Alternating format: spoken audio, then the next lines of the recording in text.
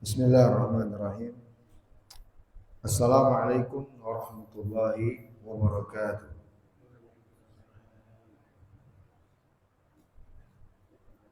Alhamdulillahi hamdan katsiran thayyiban mubarakan fi kama yuhibbu rabbuna wa yarda.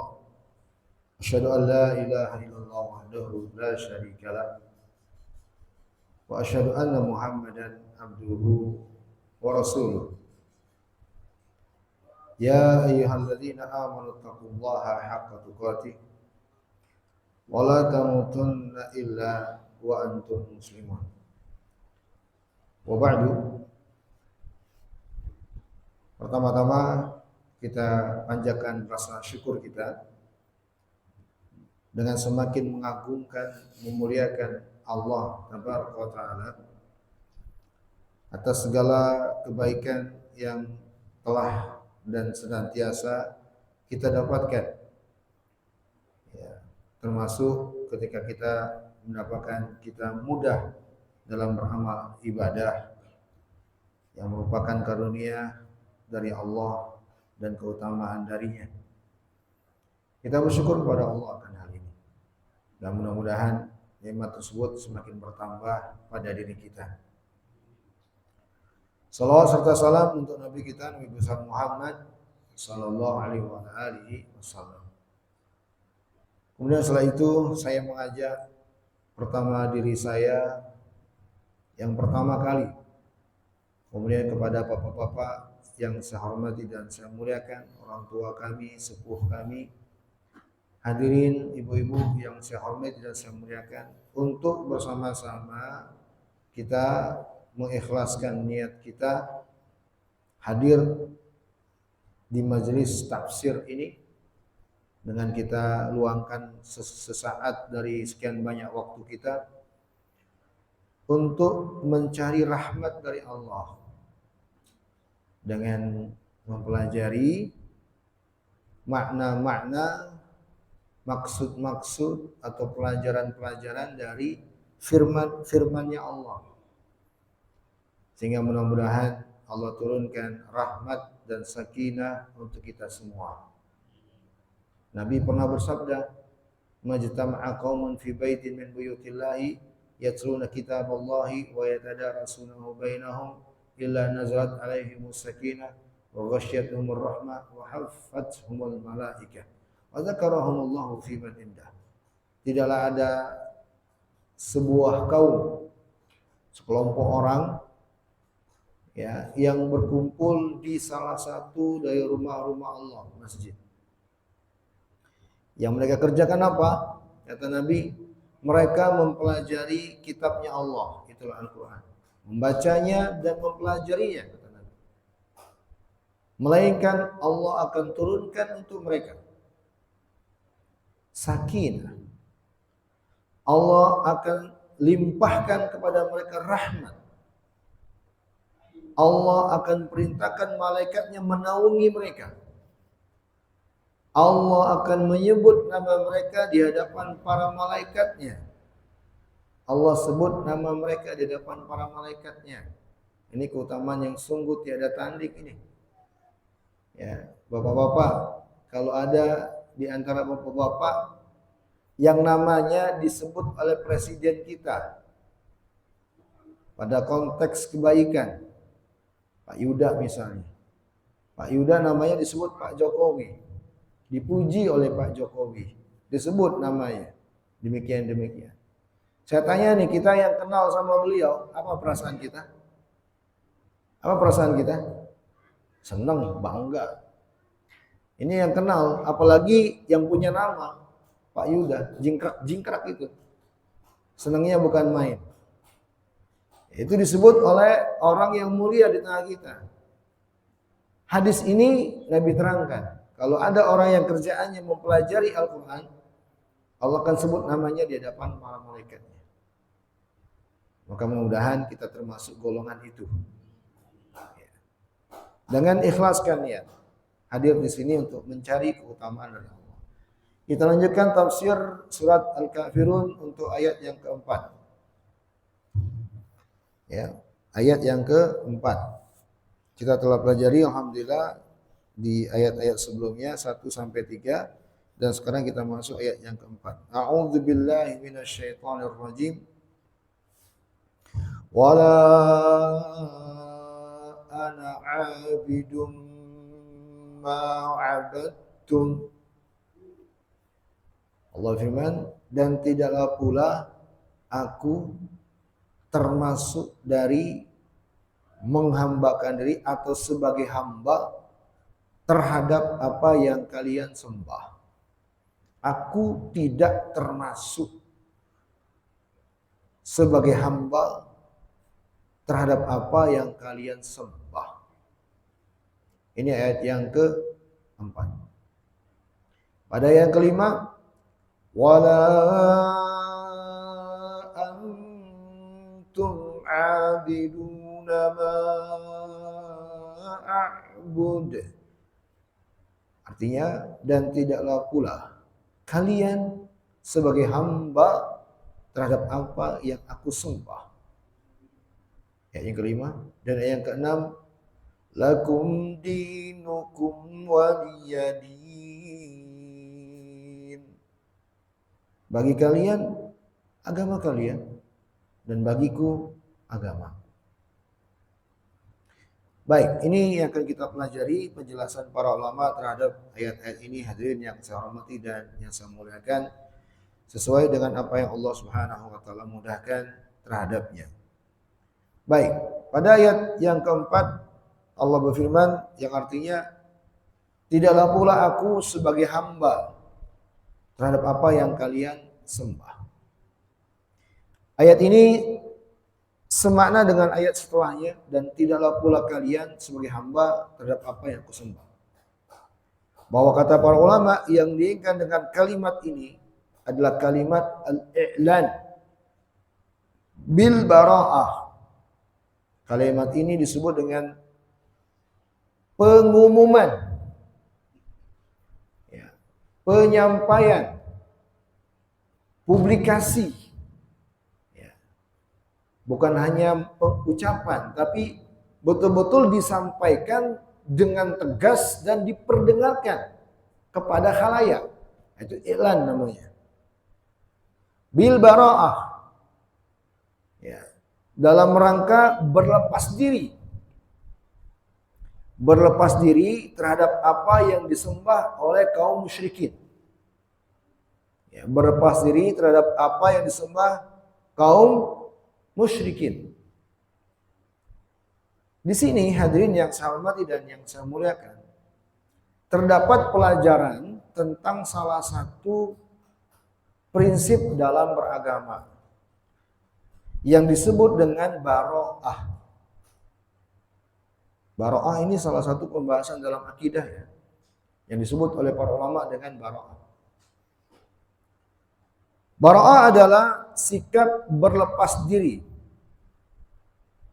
Berlepas diri terhadap segala yang bertentangan dengan syariat Allah Subhanahu wa taala.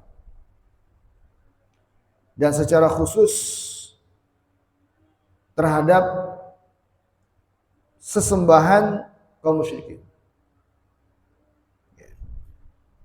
Dan ini telah dicontohkan oleh Nabiullah Ibrahim. Allah Subhanahu wa taala menyebutkan dalam Al-Qur'an, Inni bura'a'u minkum wa mimma ta'buduna min dunillah. Kafarna bikum wa bada bainana wa bainakumul adawa wal baghdha. Di dalam surat Al-Mumtahanah, Allah Subhanahu wa taala menyebutkan ucapan Nabiullah Ibrahim. Ucapan Nabiullah Ibrahim alaihi salatu wassalam yang menunjukkan bara'ah ini. Di surat Al-Mumtahanah, di ayat yang keempat.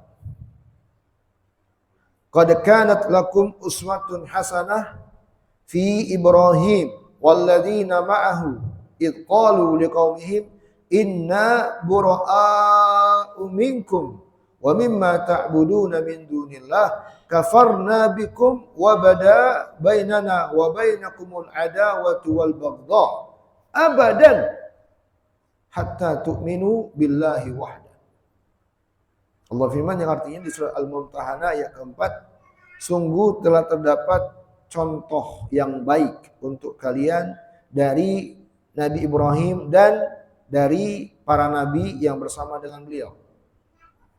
Para nabi yang mereka berkata kepada kaumnya, inna sungguh kami bura'a. Ini dia yang kita bahas. Sungguh kami barok. Apa barok tadi? Berlepas diri. Tidak mau ikut-ikutan. Membenci, tidak suka. Saya nggak ikut sama sekali ya. Itu barok namanya. Berlepas diri. Minkum wa mimma ta'buduna min dunillah. Terhadap dua hal. Ya, terhadap kalian dan terhadap apa-apa yang kalian sembah selain Allah Subhanahu wa taala. Terhadap kalian dan terhadap apa yang kalian sembah selain Allah Subhanahu wa taala. Ditambah lagi dalam ayat penjelasan bentuk bura'a itu. Allah firman, kafarna bikum, kami kafir, kami ingkar terhadap kalian dan sejak saat ini antara kami dan kalian bermusuhan. Bermusuhan. Kafarna bainana wa bainakum wa bada bainana wa bainakumul adawah wal baghdha. Sebentar ya, jemaah, maaf. Assalamualaikum. Halo, assalamualaikum. Lagi taklim, ya lagi taklim, Bu. Lagi taklim. Ya, maaf jemaah, ibu saya nelfon. Baik. Allah sebut ucapan para nabi kepada kaumnya. Saat ini kami dan kalian bermusuhan karena masalah ini. Masalah penghambaan. Hadirin yang saya hormati dan saya muliakan, inilah yang disebut dengan apa tadi? Barok. Ya, baro'ah atau barok. Dari sinilah para ulama menjelaskan bahwa terkadang kita harus memperlihatkan sikap barok ini di sejumlah kondisi, di sebagian kondisi. Dan secara khusus pada perkara kekufuran. Kenapa para ulama menjelaskan tujuannya adalah agar kita pertama tidak dianggap oleh mereka memberi dukungan, memberi persetujuan. Ini yang pertama. Yang kedua, agar kita tidak terkena azab dan murkanya Allah ketika kita diam terhadap kemungkaran itu. Maka harus barok dengan dua alasan ini. Mungkin ada yang bertanya, Ustaz, kenapa sedemikian rupa Ustaz? Kok harus begitu? Dalam masalah ketauhidan hadirin, dalam masalah prinsip agama harus begitu. Sebab Allah Subhanahu wa taala menyebutkan di dalam ayat yang lain bahwa kita tidak boleh berloyalitas kepada orang-orang kafir, orang-orang musyrik. Ya. Allah Subhanahu wa taala berfirman di surah Al-Maidah ayat ke-51. Mohon perhatikan. Ini masalah prinsip. Ayat ke-51 Allah firman di situ. Wa may yatawallahu minkum fa innahu minhum. Allah firman di situ, barang siapa yang berloyalitas kepada mereka, mereka di sini adalah Yahudi dan Nasrani, orang-orang kafir dan juga orang-orang musyrik.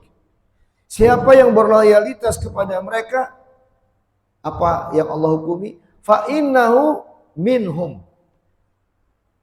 Perhatikan ayat ini. Al-Maidah ayat ke-51. Barang siapa yang berloyalitas di antara kalian kepada mereka, mereka di sini siapa? Orang-orang kafir, Yahudi dan Nasrani, orang musyrik. Siapa yang moralitas di antara kalian kepada mereka, maka dia akan dianggap sebagai termasuk golongan mereka. Perhatikan ayatnya. Allah menyebut dengan kalimat wa may yatawallahum minkum. Siapa yang berloyalitas kepada mereka di antara kalian. Allah tidak menyebut dengan kalimat siapa di antara kalian yang ikut agama mereka. Siapa di antara kalian yang ikut dengan gaya hidup mereka. Siapa di antara kalian yang masuk agama mereka. Enggak, bukan kalimat itu. Tapi Allah menggunakan kalimat berloyalitas. Apa loyalitas? Loyalitas itu memberi dukungan,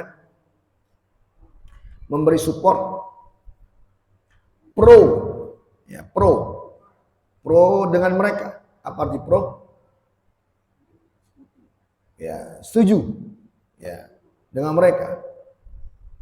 Ya, makanya hadirin yang saya muliakan, kalau konsep media sosial kan sekarang ini sangat memperhitungkan like dan apa? Ya, saya juga nggak mau menyebutnya, subrek saya bilang. Sangat memperhitungkan itu, kenapa? Karena sangat besar kontribusinya itu untuk eksistensi sesuatu. Ya tidak? Besar pengaruhnya. Allah telah ingatkan kita, jangan sembarangan nge-like itu. Ini ayatnya.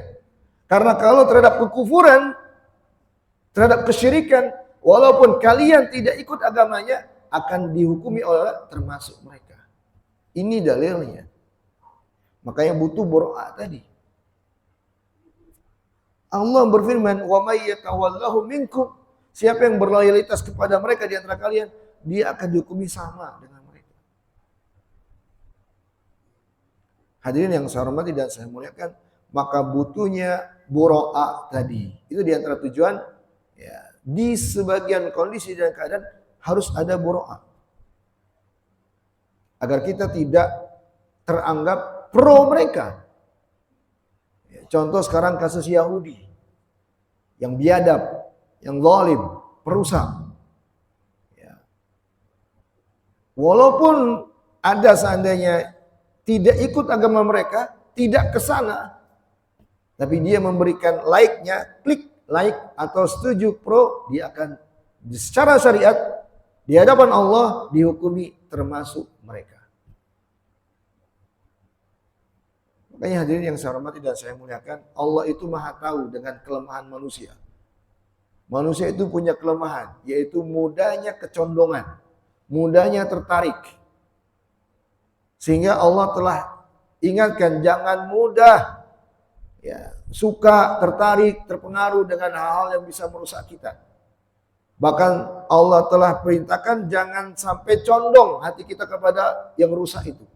Allah berfirman, "Wala tarkanu ilal ladzina dzalamu fatamassakumun nar." Jangan condong kalian kepada orang-orang yang berbuat zalim, karena kecondongan kalian itu akan menyebabkan kalian tersentuh api neraka. Sebab kecondongan itulah langkah awal terjatuhnya kita kepada kekufuran. Iya tidak? Betul tidak? Rasa sukalah yang mengawali baik atau tidaknya setelah itu. Karena rasa suka dulu. Dan Allah telah ingatkan hadirin. Maka ayat ini memerintahkan kita untuk hal tersebut. Saya tidak termasuk yang menghambakan diri kepada yang kalian sembah. Kalian juga tidak termasuk hamba-hamba yang menyembah Tuhan saya. Kita beda. Kita tidak sama. Lalu di akhir ayat, di akhir surat ayat yang kelima, Allah Subhanahu wa taala berfirman, "Lakum dinukum waliyadi." Bagiku agamaku, bagi kalian agama kalian dan bagiku agamaku. Nah, hadirin yang saya hormati dan yang saya muliakan, ayat yang kelima ini penjelasan dari Allah Subhanahu wa taala bahwa yang diinginkan dari awal ayat surat sampai akhir surat, termasuk tadi yang kita bahas tentang boro'a. Yang tadi kita bahas tentang boro'a, barok, apa barok tadi? Sikap Sikap berlepas diri dari kekufuran, kesyirikan, kemungkaran gitu ya. Bahwa semua yang diinginkan dari awal surat sampai ayat yang keempat itu masalah agama. Masalah apa? Agama. Sebab Allah tutup surat ini dengan lakum dinukum waliyadin. Agama kalian, agamaku, agamaku. Berarti ini masalah agama. Makanya Nabi lo yang paling tegas, Nabi lo yang paling terbaik dalam menunjukkan baroknya beliau kepada orang-orang kafir musyrik. Nabi yang mengajarkan hal ini. Tapi bersamaan dengan itu, Nabi telah memperlihatkan kepada kita bagaimana santunnya beliau kepada Yahudi. Bagaimana lembutnya beliau kepada Yahudi. Bagaimana baiknya beliau kepada Yahudi. Ya. Beliau menerima hadiah dari Yahudi. Beliau meminjam dengan Yahudi. Beliau pernah menggadaikan baju besinya kepada Yahudi untuk menerima uang dari mereka. Padahal kan kalau kita mau lacak, di sekitar Nabi kan banyak sahabat yang banyak duitnya. Ya tidak? Banyak tidak? Sahabat Nabi yang kaya siapa aja? Abu Bakar, Utsman, Abdurrahman bin Auf, Utsman bin Affan kaya raya itu. Ya tidak? Kenapa Nabi enggak ke mereka? Tapi kok ke Yahudi? Hah? Kenapa Nabi enggak datang ke mereka aja? Nih saya gadaikan nih baju besi saya. Tapi malah Nabi datang ke Yahudi. Saya gadaikan baju besi saya. Lalu mengambil uang untuk beli makanan. Dalam hadis Sahih Bukhari. Nah, untuk ini masalah ini. Pelajarannya adalah tentang toleransi. Kalau urusan muamalah, urusan duniawi, enggak masalah.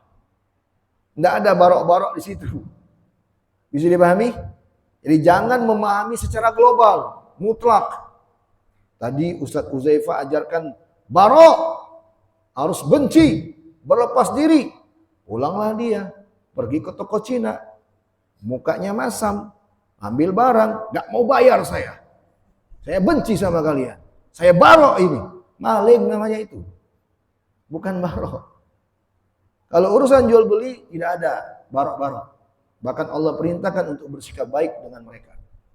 Sebagaimana Nabi yang luar biasa baiknya kepada mereka. Kalau urusan apa? Urusan apa? Duniawi. Urusan yang tidak terkait dengan penghambaan kita kepada Allah dan penghambaan kepada sesembahan mereka.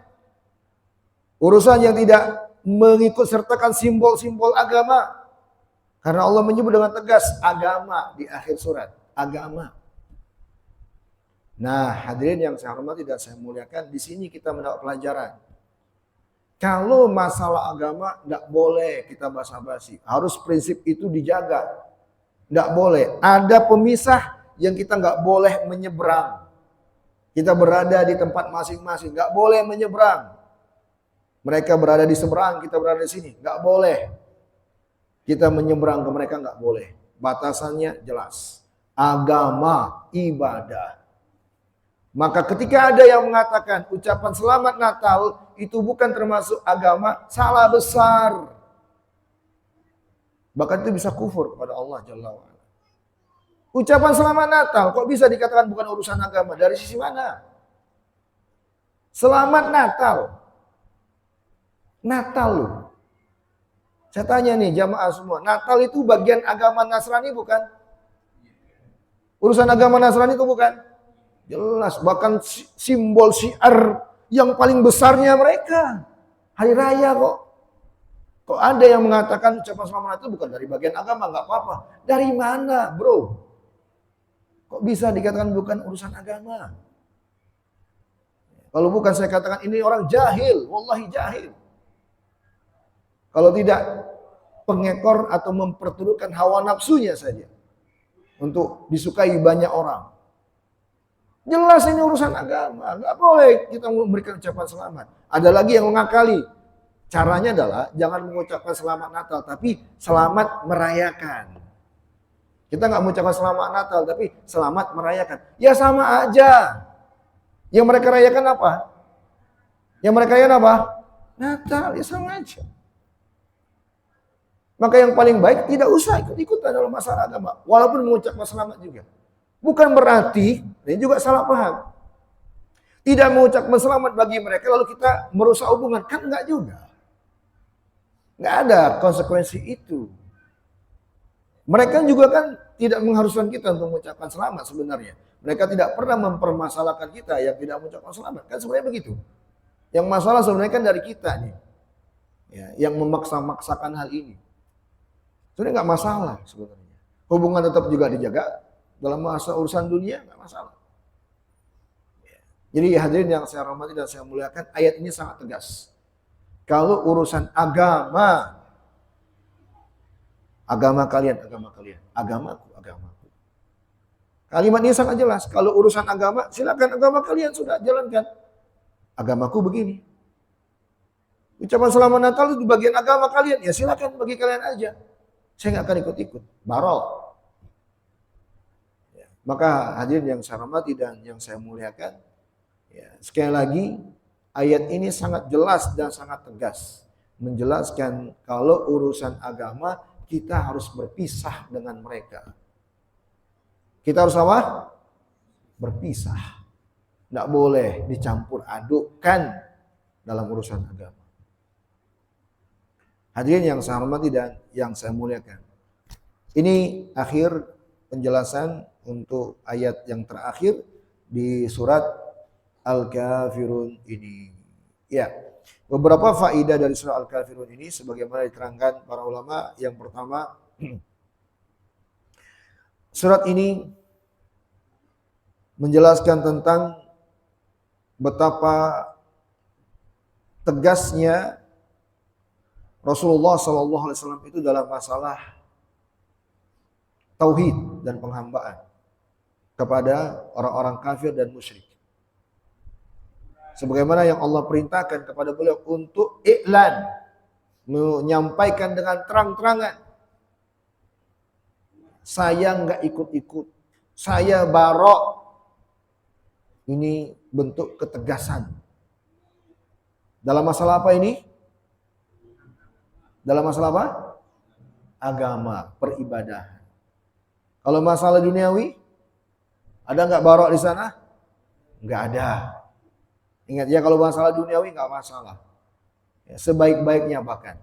Allah berfirman, "Wala yajrimannakum syana'anu qaumin alla ta'dilu."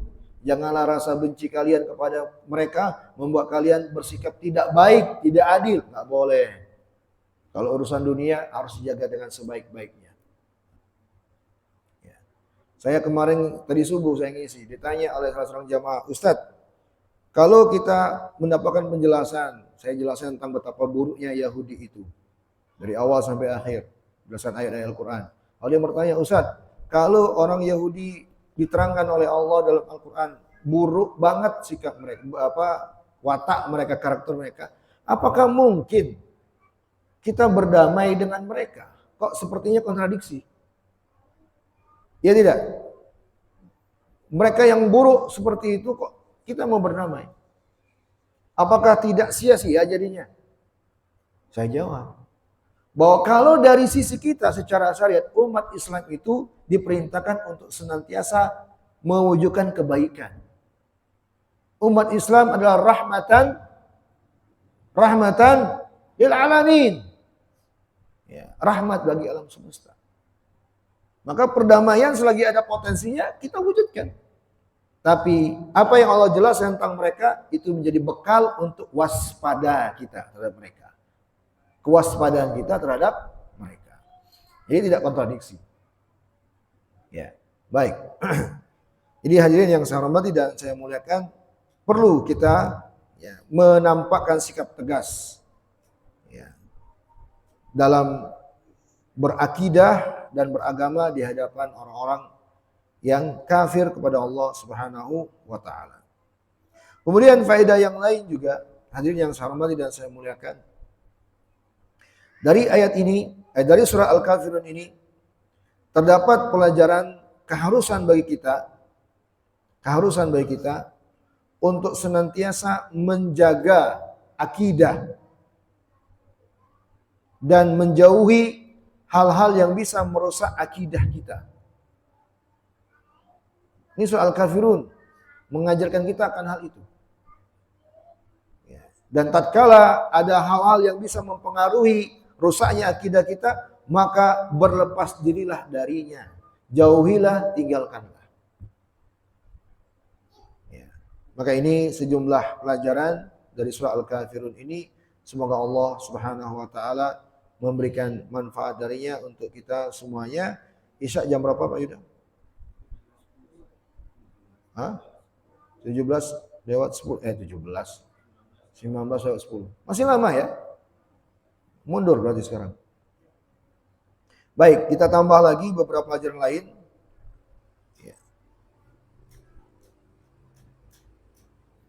Para ulama juga menjelaskan bahwa di antara pelajaran dari surah Al-Kafirun ini adalah tentang tidak bolehnya berbasa-basi bil kuffar dengan orang-orang kafir fi mas'alatid din, dalam masalah agama dan peribadahan. Enggak boleh basa-basi. Kita telah pelajari bahwa di antara sebab atau bahkan menjadi sebab turunnya surat, masih ingat siapa? Apa sebabnya turun surat ini? Baik, pintar, barakallahu fiik. Adanya negosiasi. Mang siapa namanya? Hasmin. Hasbi. Nggak ada hadiah sih. Beliau ingat penjelasan pekan lalu. 2 pekan yang lalu bahkan ya. 2 pekan yang lalu. Sebab turunnya surah Al-Kafirun ketika Nabi diajak nego. Oleh siapa? Orang-orang musyrik. Negonya apa, Bang Hasbi? Negosiasinya apa? Ya, tentang penyembahan. Nabi diajak orang musyrik tukaran Tuhan. Kasarnya tukaran Tuhan. Setahun kami menyembah Tuhan kalian, setahun engkau menyembah Tuhan kami. Ya. Nabi SAW tidak ada basa-basi, langsung mengucapkan ayat ini. Saya tidak termasuk yang menyembah Tuhan kalian, dan kalian tidak termasuk yang menyembah Tuhan saya. Langsung, tidak ada basa-basi. Tidak ada kalimat basa-basi. Maka para ulama menjelaskan tidak boleh basa-basi dalam masalah prinsip. Dalam masalah dasar agama, maaf. Sebenarnya juga kata maaf nggak perlu. Ya, sebagaimana orang ketika tahun baru juga termasuk hadirin sebenarnya. Dan termasuk itu hari raya mereka. Maaf, saya tidak mengucapkan selamat tahun baru. Maaf, saya tidak mengucapkan selamat Natal. Ngapain maaf? Ngapain coba minta maaf? Apa salah kita? Salah nggak? Kalau begitu nggak perlu minta maaf. Saya tidak mengucapkan selamat Natal, sudah selesai, nggak perlu minta maaf. Ya, itu basa-basi sebenarnya. Ya, bentuk basa-basi. Dalam masalah prinsip nggak boleh basa-basi. Nabi telah ajarkan kita di surah Al-Kafirun ini. Tanpa basa-basi beliau mengatakan, saya tidak termasuk yang menyembah Tuhan kalian, dan kalian tidak termasuk menyembah Tuhan saya. Pelajaran yang lain juga, luasnya makna ibadah itu. Luasnya makna ibadah itu. Di dalam surah Al-Kafirun ini dijelaskan salah satu yang diinginkan dengan kata ibadah. Bahwa di antara yang diinginkan dengan kata ibadah itu adalah penghambaan. Penghambaan kepada Allah Subhanahu wa taala. Nah, dari sini hadirin jamaah yang saya muliakan, agar kita tidak sempit dalam memahami makna ibadah. Ibadah itu bapak-bapak yang saya muliakan, ibu-ibu, bukanlah hanya semata-mata sholat di masjid. Ibadah itu bukan hanya semata-mata baca Quran, bersedekah, doa dengan tangan begini. Ibadah itu luas. Kenapa Allah berfirman surat Yasin? Alam Ahad. Ya. Allah firman, bukankah aku telah mengikat perjanjian di Bani Adam, Allah ta'budu syaitan. Ya, Allah ta'budu syaitan, innahu lakum aduwwum mubin. Jangan kalian beribadah kepada syaitan. Saya tanya, ada enggak yang sujud kepada syaitan? Nggak ada. Tapi kenapa Allah katakan jangan beribadah kepada mereka? Padahal nggak ada yang sujud kepada syaitan. Peribadahan yang diinginkan di sini adalah penghambaan yang diinginkan di sini adalah ketaatan yang senantiasa diperturutkan tanpa ada saring-saringan. Itu bentuk penghambaan. Itu bentuk penghambaan. Dalam hadis lain Nabi bersabda, Ta'isa Abdul Dinar, Ta'isa Abdul Dirham, celakalah hambanya dinar, celakalah hambanya dirham. Apakah ada yang sujud ke dirham? Dinar? Enggak ada. Ya. Maka ibadah itu bukan hanya bentuknya sujud, ruku saja. Itulah sebab kenapa sebagian kita kadang, sebagian masyarakat kita, ada yang tidak sadar telah terjatuh ke dalam perbuatan syirik ketika datang ke sebuah kuburan. Lalu dia minta berkah di kuburan itu kepada penghuni yang telah meninggal dalam kubur. Dia yakini ada berkahnya ini. Ini syirik. Dia menjawab, saya tidak melakukan perbuatan syirik, saya tidak sujud kepada penghuni kubur, saya tidak berdoa minta begini. Disyiriknya di mana? Kenapa dia menjawab seperti itu? Karena dalam persepsinya yang namanya ibadah itu seakan-akan hanya sujud, ruku. Jelas itu tidak dilakukan. Tapi ketahuilah bahwa ibadah itu luas. Lihat di sini, ya, ketika Rasulullah SAW disuruh oleh Allah mengatakan, aku tidaklah menghambakan diri kepada apa yang kalian sembah, dan kalian juga tidak termasuk menghambakan diri kepada yang aku sembah. Luas berarti maknanya. Nabi tidak wujudkan dengan memperturutkan keinginan mereka, karena dengan hal itu termasuk penghambaan kepada sesembahan mereka. Maka hadirin yang saya hormati dan yang saya muliakan, ya, segala hal terkait dengan penghambaan, apakah hati, ya, akal, pikiran terhadap sesuatu yang diperturutkan dengan mutlak, itu juga bentuk penghambaan. Hawa nafsu, Allah pernah berfirman di dalam Al-Quran surat Al-Jathiyah, ya, afara'aita man ittakhadha ilahahu hawa. Tidakkah engkau perhatikan ada yang menjadikan hawa nafsunya sebagai Tuhannya? Saya tanya, adakah yang sujud kepada hawa nafsu? Ada tidak? Tidak ada. Lalu kenapa Allah katakan ada yang menjadikan hawa nafsu sebagai Tuhan? Apa bentuk penghambaannya? Memperturutkannya tanpa pilih-pilih, memperturutkannya dengan mutlak. Nah, itu penghambaan kepada hawa nafsu.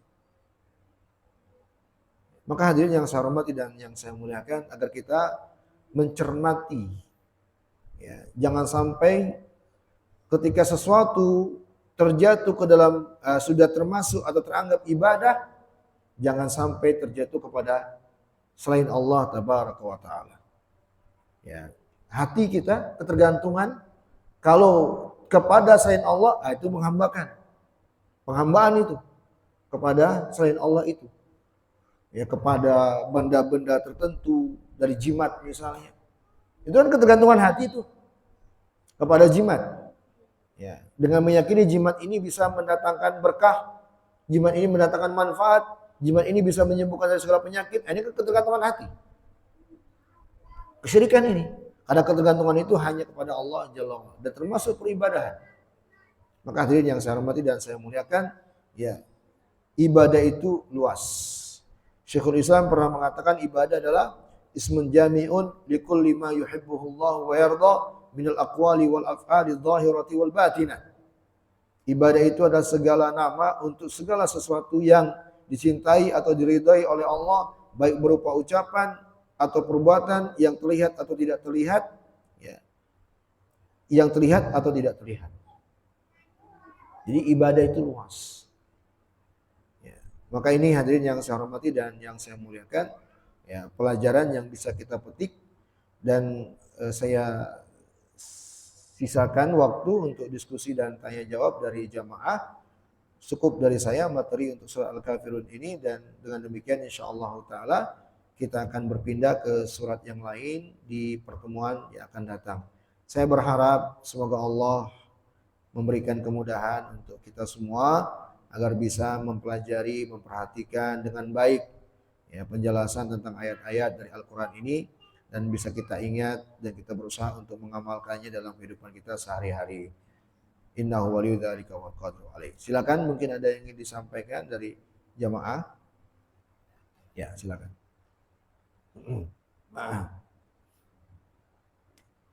Assalamualaikum warahmatullahi wabarakatuh. Waalaikumsalam warahmatullahi wabarakatuh. Saya mau kembali ke ayat 1. Maaf.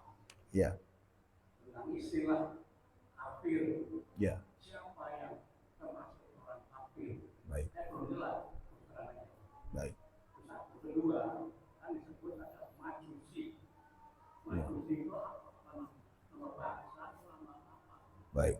Majusi. Jadi kafir itu. Baik. Ya, terima kasih kembali. Waalaikumsalam warahmatullahi wabarakatuh. Seingat saya udah kita jelasin ya. Pak Yuda bisa bantu jelasin? Silakan pakai mic dari yang telah kita jelaskan. Apa dan siapa kafir? Secara umum kelompok kafir itu di masa Nabi yaitu yang pertama Yahudi, Nasrani yang disebut sebagai ahli kitab, yang ketiga Majusi yaitu penyembah api dan matahari, yang keempat orang musyrik yang menyembah berhala. Itu adalah 4 kelompok yang dianggap sebagai kafir. Baik, itu golongan kafir. Kalau kafir itu sendiri apa? Masih ingat? Kafir itu apa? Masih ingat? Ada 2. Itu dia. Itu dia. Kafir hukum menurut saya yang pertama itu tidak beriman kepada Allah. Orang yang tidak beriman kepada Allah. Yang kedua, penyimpangan terhadap agama yang sangat mendasar. Iya, orang yang menyimpang terhadap permasalahan yang sangat mendasar dalam agama. Kafir. Ini 2 definisinya. Yang pertama, orang yang tidak beriman kepada Allah sama sekali. Kafir itu. Orang ini adalah orang kafir. Yang kedua, orang yang melakukan penyimpangan yang sangat mendasar dalam agama. Kafir dia. Misal, ada orang yang mengejek Rasulullah misalnya. Menjelek-jelekan Nabi, menjelek-jelekan Al-Quran. Ini masalah prinsip kan? Masalah mendasar ini. Ini kafir. Allah firman di surat At-Taubah, ya, kul abillahi wa ayatihi wa rasulihi kuntum tastahzi'un, ya, la ta'tadiru qad kafartum ba'da imanikum. Apakah terhadap Allah, terhadap ayat-ayatnya, terhadap Rasulnya kalian mengolok-ngolok? Jangan minta maaf karena dengan perbuatan itu kalian sudah kafir, kata Allah di surat Taubah. Jadi ini yang kedua, yaitu orang-orang yang melakukan penyimpangan yang prinsip mendasar dalam agama, ini kafir. Ini 2 definisi kafir, Bapak. Majusi tadi udah disampaikan Pak Yuda, itu nama golongan yang mereka menyembah matahari dan api. Itu Majusi. Kalau sekarang ini seperti orang Jepang. Majusi, bahasa Arab. Penamaan untuk mereka, Majusi. Majusiyun. Ya, bahasa Arab. Untuk penamaan mereka, Majusi. Ya, kalau secara akar bahasa mungkin diambil dari nama mereka dulu. Yang mengawali cara peribadahan seperti ini. Yang jelas bukan bahasa Indonesia. Wallahu a'lam bishawab. Baik, ada lagi yang lain? Bapak.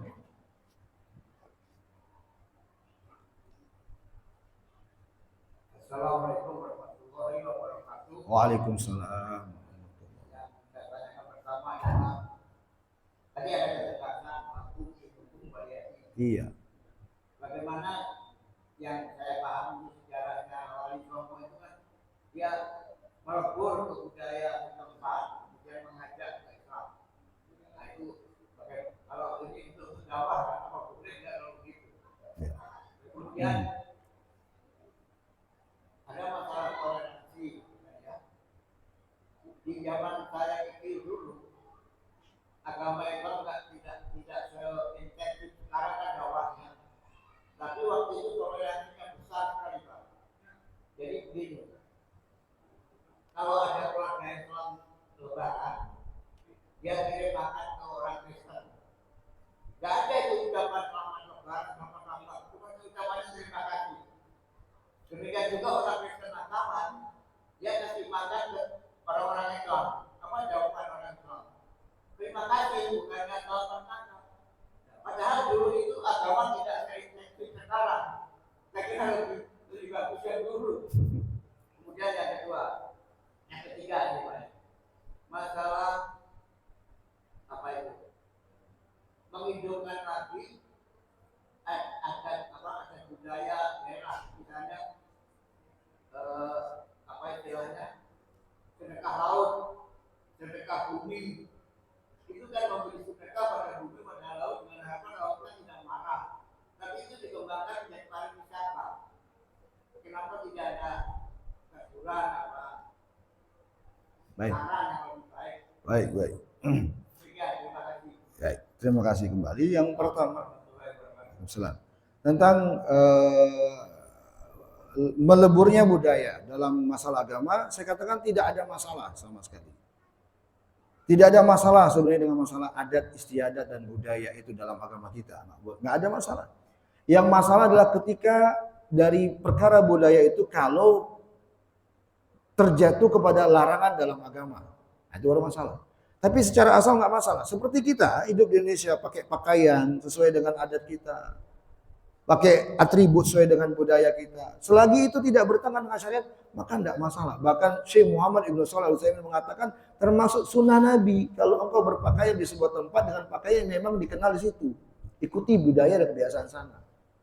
Jadi kalau riwayat yang mengatakan dulu ulama-ulama yang disebut Wali Songo berdakwah dengan meleburkan budaya, ya nggak masalah sebenarnya. Selagi memang itu nggak bertentangan dengan syariat. Itu aja catatannya. Nggak masalah sama sekali. Jadi jangan membenturkan syariat dengan budaya sebenarnya. Nggak perlu dibenturkan. Karena bisa berjalan bersama itu.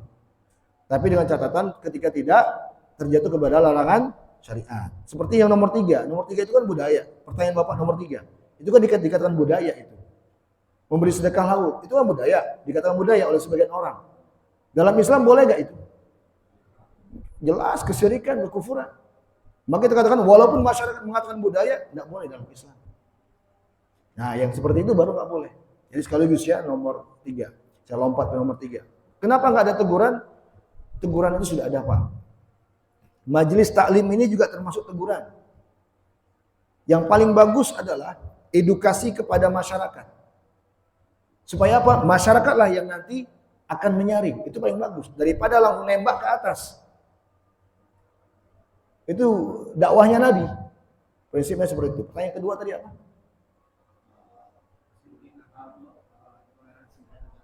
Oh ya, Bapak malah bagus ngomongnya. Bagus zaman dulu daripada sekarang. Saya setuju, Pak.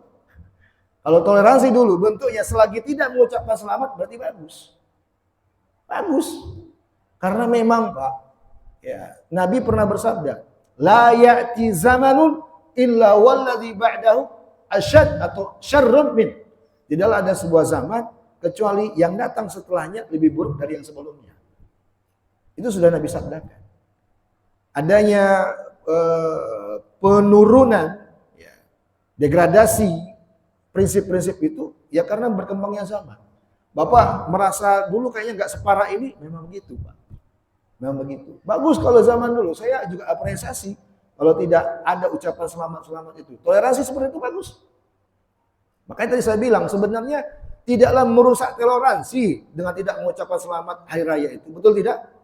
Tidak ada keharusan konsekuensi itu. Hanya sebagian orang aja yang sempit memaksakan diri bahwa harus mengucapkan selamat sebagai bentuk toleransi. Enggak. Bapak itu bukti nyata tuh, saksi hidup Bapak. Dulu tanpa mengucapkan selamat aman-aman aja, akur-akur aja. Berarti salah dong kalau orang belakangan mengatakan kalau nggak mengucapkan selamat nanti rusak toleransi, kita perlu toleransi dengan salah berarti Anda. Orang sekarang Pak begitu dakwahnya. Alasannya adalah untuk toleransi, mengucapkan selamat. Salah berarti itu. Buktinya Bapak tuh, zaman Bapak tidak mengucapkan toleransi, damai. Toleransi terwujud. Kan begitu Pak ya? Iya. Berarti asumsi orang belakangan itu salah besar. Yang mengatakan atau beralasan dengan toleransi untuk mengucapkan selamat hari raya. Saya setuju Pak dengan hal itu. Ya, wallahu a'lam. Ada lagi? Satu lagi. Bagaimana sekarang ini Wah, Bapak nanya ke saya. Bapak nanya ke saya, nanya ke pejabatnya Pak. Kalau saya nggak tahu kenapa mereka begitu. Yang jelas kan orang kan mungkin latar belakangnya permasalahannya kan kompleks. Kalau saya akan katakan saya nggak akan begitu. Kalau pejabat Pak bukan urusan saya Pak. Saya nggak tahu pejabat Pak. Alasan mereka kira saya nggak tahu. Wallah alam. Begitu ya. Cukup ya. Baik, terima kasih. Jazakumullah khairan. Kita akhiri subhanakallahumma wa bihamdika asyhadu an la ilaha illa anta astaghfiruka wa atubu ilaik. Alhamdulillah wassalamualaikum warahmatullahi wabarakatuh.